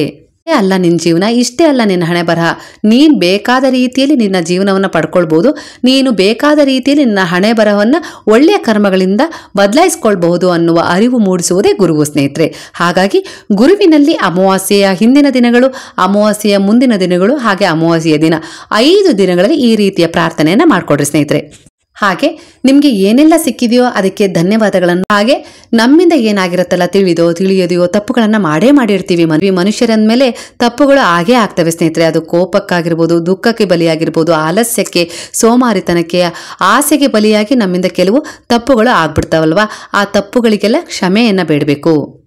ಹಾಗೆ ನೀವು ನನಗೆ ಏನೆಲ್ಲ ಕೊಟ್ಟಿದ್ದೀರಲ್ಲ, ಅರಿವಿನ ಜ್ಞಾನ ಕೊಟ್ಟಿದ್ದೀರಾ, ಹಾಗೆ ನಾನು ಬದುಕಲಿಕ್ಕೆ ಇಷ್ಟಾದ್ರೂ ಒಳ್ಳೆಯ ಜೀವನವನ್ನ ಕೊಟ್ಟಿದ್ದೀರಾ, ಆರೋಗ್ಯವನ್ನ ಕೊಟ್ಟಿದ್ದೀರಾ, ನಿಮಗೆ ಧನ್ಯವಾದಗಳು ಅಂತೇಳಿ ಧನ್ಯವಾದಗಳನ್ನು ಸಹ ಅರ್ಪಿಸ್ಬೇಕು ಸ್ನೇಹಿತರೆ. ಹಾಗೆ ನಾನು ನಿಮ್ಮನ್ನು ತುಂಬಾ ಪ್ರೀತಿಸ್ತೀನಿ ಅಂತಾನೂ ಹೇಳ್ಬೇಕು ಸ್ನೇಹಿತರೆ. ಅಂದ್ರೆ ನಾನು ಇದನ್ನ ಬಹಳ ವಿಡಿಯೋಗಳಲ್ಲಿ ಯಾಕೆ ಹೇಳ್ತಾ ಇದ್ದೀನಿ ಅಂದ್ರೆ ಸ್ನೇಹಿತರೆ, ನಾವು ಯಾರನ್ನ ತುಂಬಾ ಪ್ರೀತಿಸ್ತೀವಿ ಅಂತೀವೋ ಅವರು ನಮ್ಮ ಹತ್ರ ಇರ್ಲಿಕ್ಕೆ ಇಷ್ಟಪಡ್ತಾರಲ್ವಾ, ಮರಳಿ ನಮ್ಮ ಹತ್ರನೇ ಬರ್ಲಿಕ್ಕೆ ಇಷ್ಟಪಡ್ತಾರೆ. ಹಾಗಾಗಿ ನಾವು ಭಗವಂತನನ್ನ ಪ್ರೀತಿಸ್ತೀವಿ ಅಂದಾಗ ಭಗವಂತ ನಮ್ಮ ಜೊತೆಗೆ ಇರ್ಲಿಕ್ಕೆ ಇಷ್ಟಪಡ್ತಾರೆ. ಅವನ ಕೊಟ್ಟ ಪ್ರತಿಯೊಂದು ವಸ್ತುಗಳಿಗೂ ಧನ್ಯವಾದಗಳನ್ನ ಅರ್ಪಿಸ್ತಾ ಇದೀವಿ ಅಂದ್ರೆ, ಕೃತಜ್ಞತೆಗಳನ್ನ ಅರ್ಪಿಸ್ತಾ ಇದೀವಿ ಅಂದ್ರೆ ಇವನು ಕೃತಜ್ಞ, ನಾನು ಕೊಟ್ಟಿರುವ ವಸ್ತುಗಳಿಗೆ ಇವನು ಕೃತಜ್ಞನಾಗಿದ್ದಾನೆ, ಹಾಗಾಗಿ ಇವನಿಗೆ ಇನ್ನೂ ಹೆಚ್ಚು ವಸ್ತುಗಳನ್ನ, ಇವನು ಬಯಸುವ ಇಚ್ಛೆಗಳನ್ನ ಈಡೇರಿಸೋಣ ಅಂತ ಹೇಳಿ ಆ ಭಗವಂತ ಕೂಡ ಅನ್ಕೊಳ್ತಾನೆ ಸ್ನೇಹಿತರೆ. ಇವನ ತಪ್ಪಿನ ಅರಿವು ಇವನಿಗಾಗಿದೆ, ಹಾಗಾಗಿ ಇವನು ನನ್ನಲ್ಲಿ ಕ್ಷಮೆ ಯಾಚಿಸ್ತಾ ಇದ್ದಾನೆ ಅಂತೇಳಿ ನಮ್ಮ ಪ್ರಾರಬ್ಧ ಕರ್ಮಗಳನ್ನು ಕೂಡ ಕ್ಷಮಿಸ್ತಾರೆ ಸ್ನೇಹಿತರೆ. ಈ ರೀತಿಯಾಗಿ ನಾವು ಗುರುವಿನಲ್ಲಿ, ಭಗವಂತನಲ್ಲಿ ಸಮರ್ಪಣೆಯನ್ನ ಹೊಂದಬೇಕು ಸ್ನೇಹಿತರೆ. ಈ ಹಿಂದಿನ ಮುಂದಿನ ಅಮಾವಾಸ್ಯೆ ದಿನ ಈ 5 ದಿನಗಳಲ್ಲಿ ಸ್ನಾನ ಮಾಡುವ ನೀರಿಗೆ ಕಲ್ಲುಪ್ಪು ಮತ್ತು ಅರಿಶಿಣದ ಪುಡಿಯನ್ನ ಬೆರೆಸ್ಕೊಂಡು ಸ್ನಾನ ಮಾಡ್ರಿ. ಇದರಿಂದ ನಿಮ್ಮ ದೇಹವನ್ನ ಆವರಿಸಿರುವ ನಕಾರಾತ್ಮಕತೆ ದೂರವಾಗತ್ತೆ. ದೇಹ ಮನಸ್ಸು ಎರಡೂ ಕೂಡ ನಿಮ್ಮ ದೇಹ ಹಗುರಾಗತ್ತೆ. ಮನಸ್ಸಿನಲ್ಲಿರುವ ದುರ್ಬಲತೆ ಆಗಿರ್ಬೋದು, ಮನಸ್ಸಿನಲ್ಲಿರುವ ನಕಾರಾತ್ಮಕತೆಯನ್ನ ದೂರ ಮಾಡ್ಕೊಳ್ಳೋಕೆ ಈ 5 ದಿನಗಳಲ್ಲಿ ಸಂಕಲ್ಪ ಮಾಡಿಕೊಂಡು ಬಾಬಾರವರ ನಾಮಸ್ಮರಣೆಯನ್ನ ನಿಮ್ಮ ಕೈಲಿ ಎಷ್ಟಾಗುತ್ತೋ ಅಷ್ಟರ ಮಟ್ಟಿಗೆ ಹೇಳಬೇಕು ಸ್ನೇಹಿತರೆ. ನಾಮಸ್ಮರಣೆ ಯಾವುದು ಅಂದ್ರೆ, ಹರೇ ರಾಮ ರಾಮ ರಾಮ ಹರೇ ಹರೇ, ಹರೇ ಕೃಷ್ಣ ಕೃಷ್ಣ ಕೃಷ್ಣ ಹರೇ ಹರೇ, ಹರೇ ಸಾಯಿ ಸಾಯಿ ಸಾಯಿ ಹರೇ ಹರೇ, ಹರೇ ಬಾಬಾ ಬಾಬಾ ಹರೇ ಹರೇ, ಹರೇ ದತ್ತ ದತ್ತ ಹರೇ ಹರೇ. ನಾಮಸ್ಮರಣೆಯನ್ನು ನಿರಂತರವಾಗಿ 5 ದಿನಗಳ ಕಾಲ ನೀವು ಯಾವಾಗಲಾದರೂ ಹೇಳ್ತಾನೆ ಇರ್ಬೋದು. ಆಫೀಸಲ್ಲಿ ಸಮಯ ಸಿಕ್ಕಾಗ, ಓಡಾಡಬೇಕಾದ್ರೆ, ಹಾಗೆ ಕುತ್ಕೊಂಡಾಗ, ಏನೆಲ್ಲ ಮಾಡ್ತಿರೋ ಆ ಸಮಯದಲ್ಲೆಲ್ಲ ನೀವು ಇದನ್ನು ಹೇಳ್ಕೊಳ್ತಾ ಇರ್ರಿ. ಕೆಲವೊಮ್ಮೆ ನಿಮಗೆ ಅಮಾವಾಸ್ಯೆ ದಿನ ಹಿಂದೆ ಮುಂದೆ ಅಮಾವಾಸ್ಯೆ ದಿನ ನಿಮ್ಗೇನಾದರೂ ಯಾರ್ದಾದ್ರೂ ಮೇಲೆ ಕೋಪ ಬಂತು ಅಂದಾಗಲೂ ಕೂಡ ನೀವು ಇದನ್ನು ಹೇಳ್ಕೊಳ್ರಿ. ಮೇಲೆ ಯಾರಾದರೂ ಕೋಪ ತೋರಿಸ್ತಾ ಇದ್ದಾರೆ ಅಂದಾಗಲೂ ಕೂಡ ಹೇಳ್ಕೊಳ್ರಿ. ಮನಸ್ಸಲ್ಲಿ ಎಷ್ಟು 1000 ಸರಿ ನಿಮಗೆ ಹೇಳ್ಕೊಳ್ಳೋಕ್ಕಾಗುತ್ತೋ ಅಷ್ಟು 1000 ಸರಿ ನೀವು ಹೇಳ್ಕೊಡ್ರಿ ಸ್ನೇಹಿತರೆ. ಈ 5 ದಿನಗಳಲ್ಲಿ ಏನು ನಿಮ್ಮಲ್ಲಿ ನೀವು ಸಕಾರಾತ್ಮಕ ಭಾವನೆಯನ್ನು ತುಂಬಿಕೊಂಡಿರ್ತೀರಲ್ಲ, ಅದು ನಿಮಗೆ 6 ತಿಂಗಳವರೆಗೆ ರಕ್ಷಣೆ ಕೊಡುತ್ತೆ ಸ್ನೇಹಿತರೆ. ನೀವು ಪ್ರತಿ ಅಮಾವಾಸ್ಯೆಗೆ, ಪ್ರತಿ ಹುಣ್ಣಿಮೆಗೆ ನೀವು ಮಾಡ್ತಾನೆ ಹೋದ್ರೆ ಈ ರೀತಿ ನಿಮಗೆ ಜೀವನ ಪರ್ಯಂತ ನಿಮಗೆ ಸುಖ, ಶಾಂತಿ, ನೆಮ್ಮದಿ ಸಿಗ್ತಾ ಹೋಗುತ್ತೆ ಸ್ನೇಹಿತರೆ.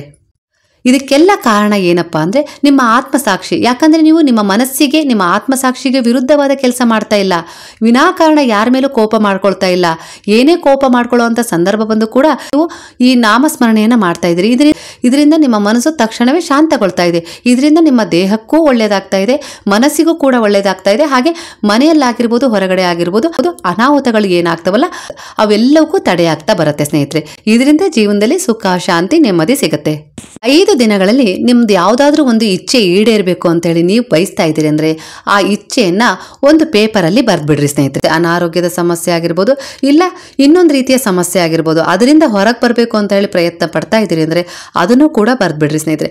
ಯಾಕೆ ಹಾಳೆಯಲ್ಲಿ ಬರೀಲಿಕ್ಕೆ ಹೇಳ್ತಾ ಇದ್ದೀನಿ ಅಂದರೆ, ಕೆಲವೊಮ್ಮೆ ಇವತ್ತು ನಾವು ಹೇಳ್ಕೊಂಡಿರ್ತೀವಿ, ಮಾರನೇ ದಿನ ಅದಾಗಲೇ ಮರ್ತು ಹೋಗ್ಬಿಡುತ್ತೆ, ಬೇರೆ ಏನೋ ಅದ್ರ ಜೊತೆಗೆ ಪದವನ್ನು ಸೇರಿಸ್ಬಿಟ್ಟಿರ್ತೀವಿ. ಹಾಗಾಗಿ ಹೀಗಾಗಬಾರ್ದದು. ನೀವೇನು ಇವತ್ತೇನು ನೀವು ನಿಖರವಾಗಿ ಒಂದು ವಾಕ್ಯವನ್ನು ಹೇಳ್ಕೊಂಡಿರ್ತೀರಲ್ಲ, ಅದನ್ನೇ ನೀವು ಪ್ರತಿದಿನ ಹೇಳಬೇಕಾಗತ್ತೆ 5 ದಿನಗಳ ಕಾಲ. ಅದನ್ನೇ ನಿಮಗೆ ಮರ್ತೋಗ್ಬಿಡತ್ತೆ. ಹಾಗಾಗಿ ನೀವು ಬರ್ಕೊಂಡಿಟ್ಕೊಡ್ರಿ. ಅದನ್ನೇ ನೀವು ದಿನನಿತ್ಯ ಅದನ್ನು ನೋಡಿಕೊಂಡು ಹೇಳ್ಕೊಡ್ರಿ, ಮತ್ತೆ ಪ್ರಾರ್ಥನೆಯನ್ನು ಮಾಡ್ಕೊಡ್ರಿ. ನೀವು ಬರೆದಿರೋ ವಿಚಾರ ದುಃಖದ್ದಾಗಿರ್ಬೋದು, ಇಲ್ಲ ಯಾರೋ ಸಮಸ್ಯೆ ಮಾಡ್ತಾ ಇದ್ದಾರೆ, ಇಲ್ಲ ಯಾವುದೋ ಸಮಸ್ಯೆಗೆ ನೀವು ಸಿಕ್ಕಾಕೊಂಡಿದ್ದೀರಾ, ಇಲ್ಲವೇ ಅನಾರೋಗ್ಯದ ಸಮಸ್ಯೆ ಕಾಡ್ತಾ ಇದೆ, ಈ ರೀತಿಯಾಗಿದ್ದಾದರೆ ನೀವು ಪ್ರಾರ್ಥನೆಯನ್ನು ಮಾಡ್ಕೊಳ್ಬೇಕು. ಯಾವ ರೀತಿ ಪ್ರಾರ್ಥನೆಯನ್ನು ಮಾಡ್ಕೊಳ್ಬೇಕು?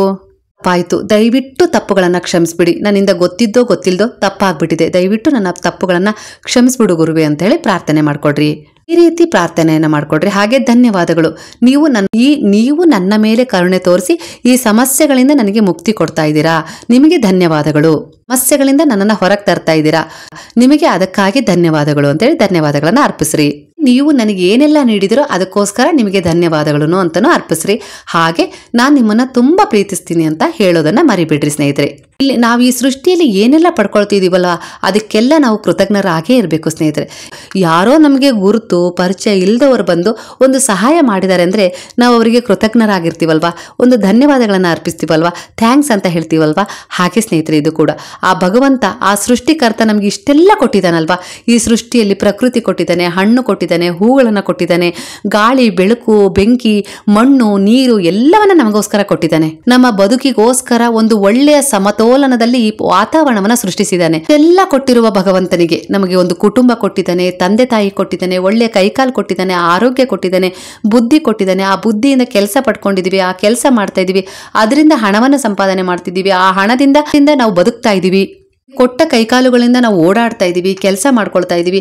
ಈ ರೀತಿ ಎಲ್ಲದಕ್ಕೂ ಕಾರಣನಾದ ನಮ್ಮ ಸೃಷ್ಟಿಕರ್ತನಿಗೆ ನಾವು ಒಂದು ಧನ್ಯವಾದಗಳನ್ನು ಅರ್ಪಿಸ್ಬೇಡುವ? ಹಾಗಾದ್ರೆ ನಾವು ಅವನನ್ನು ಪ್ರೀತಿಸ್ತೀವಿ ಅಂತ ಹೇಳಬಾರ್ದ? ಹಾಗಾದ್ರೆ ನಾವು ಗೊತ್ತಿದ್ದೋ ಗೊತ್ತಿಲ್ಲದೆ ಈ ಪ್ರಕೃತಿಗಾಗಿರ್ಬೋದು, ಮನುಷ್ಯರಿಗಾಗಿರ್ಬೋದು, ಯಾರಿಗೋ ತೊಂದರೆಯನ್ನು ಕೊಟ್ಟಿರ್ತೀವಲ್ವಾ, ಪ್ರಾಣಿ ಪಕ್ಷಿ ಯಾರಿಗೋ ತೊಂದರೆ ಕೊಟ್ಟಿರ್ತೀವಲ್ವಾ, ಅವರಿಗೆಲ್ಲ ನಾವು ಒಂದು ಸಮರ್ಪಣಾ ಭಾವದಿಂದ ಒಂದು ಕ್ಷಮೆಯನ್ನು ಯಾಚಿಸಬಾರ್ದ? ಹಾಗಾದ್ರೆ ನಾವಿಲ್ಲಿ ಕಳ್ಕೊಳ್ಳೋದಾದ್ರೂ ಏನು?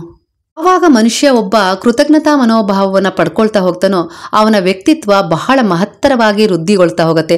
ಅವನ ಜೀವನವೂ ಕೂಡ ಅತ್ಯಂತವಾದ ಗುಣಮಟ್ಟವನ್ನು ಹೊಂದಲಿಕ್ಕೆ ಶುರುವಾಗುತ್ತೆ. ಹಾಗೆ ಸುಖ ಶಾಂತಿ ನೆಮ್ಮದಿ ಅವನ ಮನೆಯಲ್ಲಿ ನೆಲೆಸಲಿಕ್ಕೆ ಶುರುವಾಗುತ್ತೆ. ಆಗಿರ್ಬೋದು, ಅವನ ಕುಟುಂಬದಲ್ಲಾಗಿರ್ಬೋದು ಒಳ್ಳೆಯ ಕರ್ಮಗಳ ವೃದ್ಧಿ ಆಗ್ತಾ ಹೋಗುತ್ತೆ. ಇದರಿಂದ ಮನೆಯಲ್ಲಿ ಶಾಂತವಾದ ವಾತಾವರಣ ನೆಲೆಯಾಗುತ್ತೆ. ಇಂತಹ ಶಾಂತವಾದ ವಾತಾವರಣ ನೆಲೆಯಾಗಿರುವ ಜಾಗದಲ್ಲಿ ಸ್ವಯಂ ಗುರುವಿನ ಸ್ವರೂಪವಾದ ಸಾಯಿಯೇ ನೆಲೆಯಾಗಿರ್ತಾರೆ. ಆ ಸಾಯಿಯೇ ನಮಗೆ ಮಾರ್ಗದರ್ಶನ ಮಾಡ್ತಾ ನೆಲೆಯಾಗಿದ್ದಾರೆ ಅಂದ್ರೆ ಆ ಗುರುವೇ ನೆಲೆಯಾಗಿರುವ ಆ ಮನೆಯಲ್ಲಿ ಮಹಾಲಕ್ಷ್ಮೀ ನಾರಾಯಣರು ಬಂದೇ ಬರ್ತಾರೆ ಸ್ನೇಹಿತರೆ. ಮಹಾಲಕ್ಷ್ಮೀ ನಾರಾಯಣರೇ ನಮ್ಮ ಮನೆಗೆ ಬಂದ್ರು ಅಂದ್ರೆ ಯಾವುದಕ್ಕಾದ್ರೂ ಕೊರತೆ ಎಲ್ಲಿರುತ್ತೆ ಹೇಳ್ರಿ. ಹಾಗಾಗಿ ಜೀವನವನ್ನ ಕೇವಲ ತರ್ಕದಿಂದ ನೋಡ್ಬೇಡ್ರಿ. ತರ್ಕ ಮಾಡೋದ್ರಲ್ಲೇ ಅದಿಲ್ಲ ಇದಿಲ್ಲ, ಇದ್ಯಾಕೆ ಹೀಗೆ ಅದ್ಯಾಕೆ ಹೀಗೆ, ನೀವ್ ಯಾಕೆ ಹಾಗಂದ್ರಿ, ನಾನ್ ಯಾಕೆ ಹೀಗಂದೆ ಅಂತ ಇದ್ಯಾಕೆ ಸರಿ ಇಲ್ಲ ಅದ್ಯಾಕೆ ಸರಿ ಇದೆ, ಸಾರಲ್ಲಿ ಯಾಕೆ ಉಪ್ಪಿಲ್ಲ, ಅನ್ನ ಯಾಕೆ ಈ ರೀತಿ ಮೆಡ್ಡೆಯಾಗಿದೆ, ಈ ರೀತಿಯ ಭಾವನೆಗಳನ್ನ ವ್ಯಕ್ತಪಡಿಸೋದಕ್ಕಿಂತ ಅವರು ನಮ್ಗೆ ಅಷ್ಟಾದ್ರೂ ಮಾಡಿಕೊಡ್ತಾ ಇದಾರಲ್ಲ, ಆದ್ರೂ ಅವರಿಂದ ನಮಗೆ ಸಹಾಯ ಸಿಗ್ತಾ ಇದೆಯಲ್ಲ, ಅದಕ್ಕೆ ನಾವು ಕೃತಜ್ಞತಾ ಮನೋಭಾವದಿಂದ ಒಂದು ಧನ್ಯವಾದಗಳನ್ನ ಅರ್ಪಿಸೋದನ್ನ ಕಲಿಬೇಕು ಸ್ನೇಹಿತರೆ. ಬಸ್ಸಲ್ಲಿ ಪ್ರಯಾಣ ಮಾಡ್ತಾ ಇದ್ದೀವಿ ಅಂದ್ರೆ ನಾವು ದುಡ್ಡು ಕೊಡ್ತೀವಿ, ಅದಕ್ಕೆ ಅವನು ಕರ್ಕೊಂಡು ಹೋಗ್ತಾನೆ, ಈ ರೀತಿ ಹೇಳೋದಲ್ಲ. ಇಲ್ಲಿಂದ ನನ್ನನ್ನು ಅಲ್ಲಿ ಕರ್ಕೊಂಡು ಹೋಗ್ಲಿಕ್ಕೆ ಇದು ಸಹಾಯ ಮಾಡ್ತಾ ಇದೆ, ಈ ಸಹಾಯಕ್ಕೆ ನಾನು ಅರ್ಹನಾಗಿದ್ದೀನಿ, ಅದಕ್ಕೆ ಒಂದು ಕೃತಜ್ಞತೆಯನ್ನು ಅರ್ಪಿಸಿ ನಾವು ಬಸ್ಸನ್ನು ಹತ್ತಬೇಕು ಸ್ನೇಹಿತರೆ. ಆಗ ನಮ್ಮ ಪ್ರಯಾಣ ಸುರಕ್ಷಿತವಾಗಿ ನಾವು ಬಯಸುವ ದಡವನ್ನೇ ಸೇರುತ್ತೆ. ನಮ್ಮ ಮನಸ್ಸಿನ ವಿಕಾರತೆ ಯಾವ ರೀತಿ ಇರುತ್ತೋ ಅದರ ಪರಿಣಾಮವನ್ನು ಕೂಡ ನಾವು ಎದುರಿಸಬೇಕಾಗತ್ತೆ. ಹಾಗಾಗಿ ನಾವು ಮನಸ್ಸಲ್ಲಿ ಒಳ್ಳೊಳ್ಳೆಯ ಆಲೋಚನೆಗಳನ್ನು ಮೂಡಿಸ್ಕೊಳ್ಬೇಕು. ದಾರಿಯಲ್ಲಿ ನಾವು ನಡ್ಕೊಂಡು ಹೋಗ್ತಾ ಇದೀವಿ ಅಂದ್ರೆ ಆ ದಾರಿಗೂ ಕೂಡ, ಆ ನೆಲಕ್ಕೂ ಕೂಡ ನಾವು ಕೃತಜ್ಞತೆಯನ್ನ, ಆ ದಾರಿಗೂ ಕೂಡ ಕೃತಜ್ಞತೆಯನ್ನ ಅರ್ಪಿಸಬೇಕು. ಹಾಗೆ ಆ ದಾರಿಯಲ್ಲಿ ಜೊತೆಯಾಗುವ ಮನುಷ್ಯರಿಗೂ ಕೂಡ ನಾವು ಕೃತಜ್ಞತೆಯನ್ನ ಅರ್ಪಿಸಬೇಕು.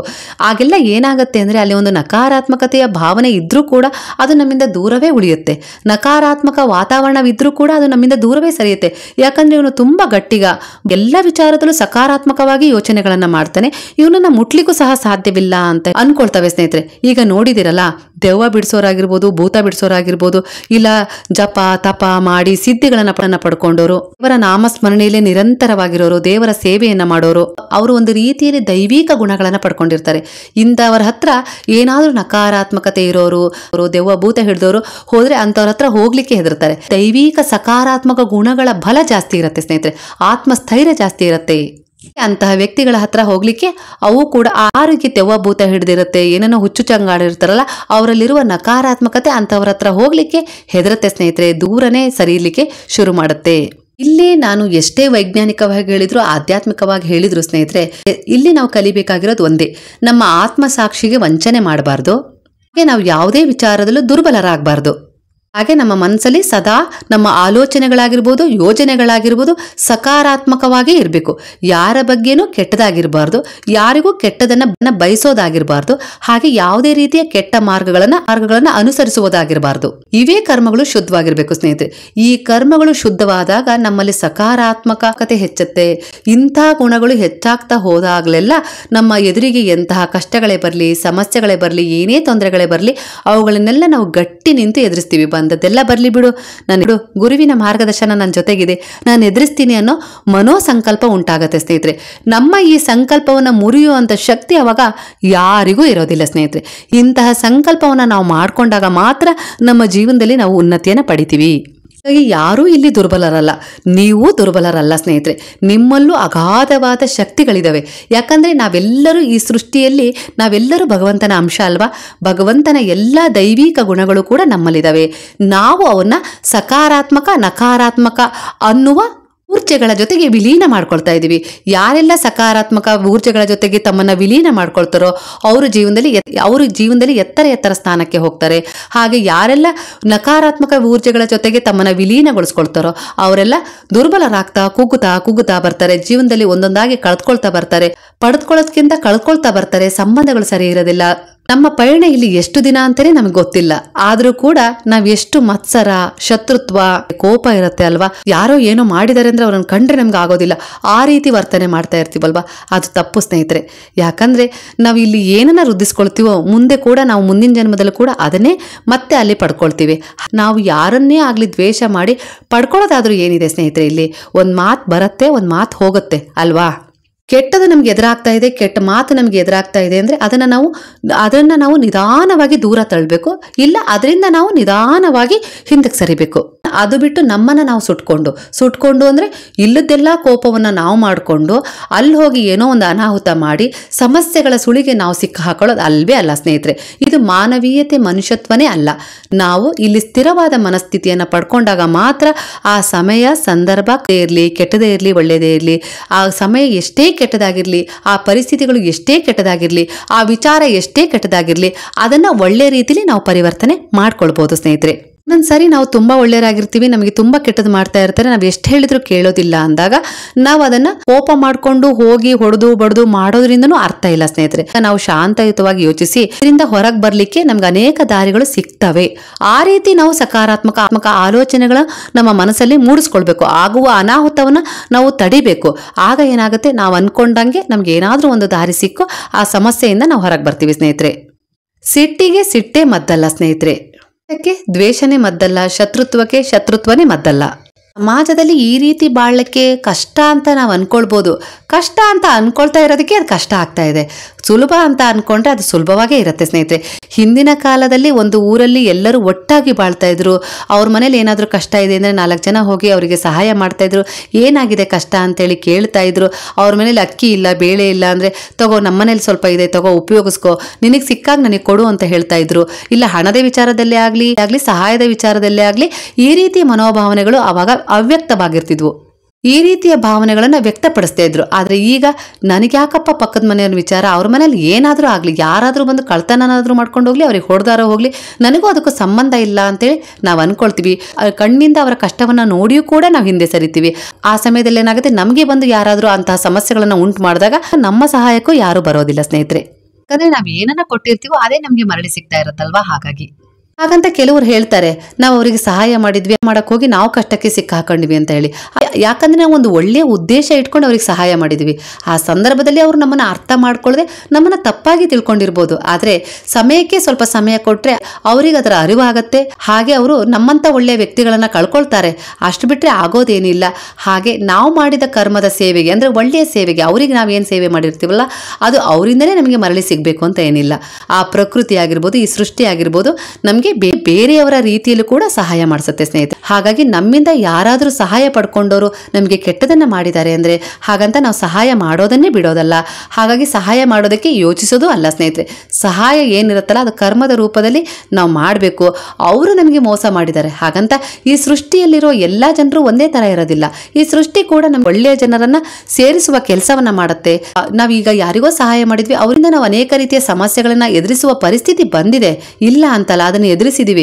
ಅದರಿಂದ ನಾವು ಪಾಠನೂ ಕೂಡ ಕಲ್ತಿದೀವಲ್ವಾ. ನಾವು ಸಹಾಯ ಮಾಡೋದನ್ನ ಬಿಡಬಾರ್ದು ಸ್ನೇಹಿತರೆ. ಅದು ಕರ್ಮ ವೃದ್ಧಿ. ನಮ್ಗೆ ಅವರೇ ಬಂದು ಸಹಾಯ ಮಾಡಬೇಕು ಅಂತ ಏನಿಲ್ಲ.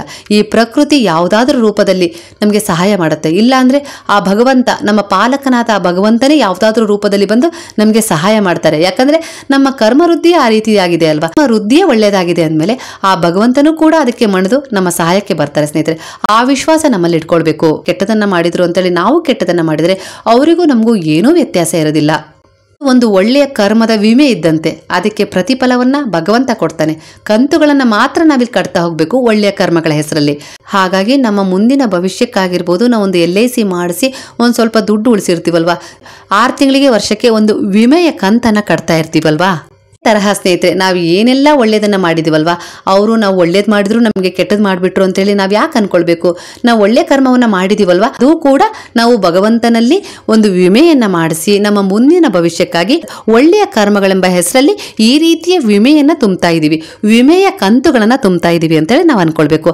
ಆಗ ಏನಾಗತ್ತೆ, ವಿಮೆಯ ಕಂತುಗಳು ಆ ಗುರುವಿನ ಹತ್ರ ಹೋಗಿ, ಆ ಭಗವಂತನ ಹತ್ರ ಹೋಗಿ ಶೇಖರಗೊಳ್ತಾ ಇರ್ತವೆ. ಮುಂದೆ ಭವಿಷ್ಯದಲ್ಲಿ ನಮಗೆ ಆಗಿರ್ಬೋದು, ಇಲ್ಲ ನಮ್ಮ ಮಕ್ಕಳಿಗೆ ಆಗಿರ್ಬೋದು, ನಮ್ಮ ಪೀಳಿಗೆಗೆ ಆಗಿರ್ಬೋದು, ರಕ್ಷಣೆಯಾಗಿ ಬಲವಾಗಿ ಸುರಕ್ಷಾ ಕವಚವಾಗಿ ಬೆಂಬಲಕ್ಕೆ ನಿಲ್ತವೆ ಸ್ನೇಹಿತರೆ. ಹಾಗಾಗಿ ಅಮಾವಾಸ್ಯೆ ಮತ್ತೆ ಹುಣ್ಣಿಮೆಯ ದಿನಗಳಲ್ಲಿ ನಾವು ಏನ್ ಆಗತ್ತೆ ಅಂತ ಹೇಳಿ ಅಂತ ಇರ್ತೀವಲ್ವಾ, ಅದು ಆಗೇ ಬಿಡುತ್ತೆ. ಕೆಟ್ಟದಾಗಿರ್ಬೋದು, ಒಳ್ಳೇದಾಗಿರ್ಬೋದು. ಹಾಗೆ ನಮ್ಗೆ ಏನಾದ್ರೂ ಒಂದು ಒಳ್ಳೆಯ ರೀತಿಯ ಸೂಚನೆ ಸಿಗ್ತಾ ಇದೆ ಅಂದ್ರೆ ಖಂಡಿತ ಅದು ಒಳ್ಳೇದೇ ಆಗತ್ತೆ. ಕೆಟ್ಟ ರೀತಿಯ ಸೂಚನೆ ಸಿಗ್ತಾ ಇದೆ ಅಂದ್ರೆ ಅದು ಆಗೋ ಚಾನ್ಸ್ ಇರುತ್ತೆ. ಹಾಗಾಗಿ ಅದನ್ನ ನಾವು ಸಕಾರಾತ್ಮಕ ವಿಚಾರಗಳಿಂದ ಅದನ್ನ ತುಂಬಿಸ್ಬೇಕು. ಆವಾಗ ಏನೇ ಅಡೆತಡೆಗಳಿದ್ರು ದೂರವಾಗ್ತವೆ. ಜೀವನದಲ್ಲಿ ಅಮಾವಾಸ್ಯೆ ಹುಣ್ಮೆಗಳು ಕೆಟ್ಟವಲ್ಲ.